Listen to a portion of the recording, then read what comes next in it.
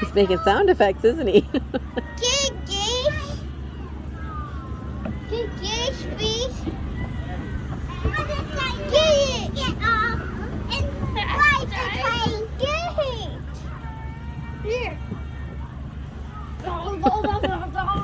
He bosses him in there, and the kid's like, okay, I guess I'm going in there.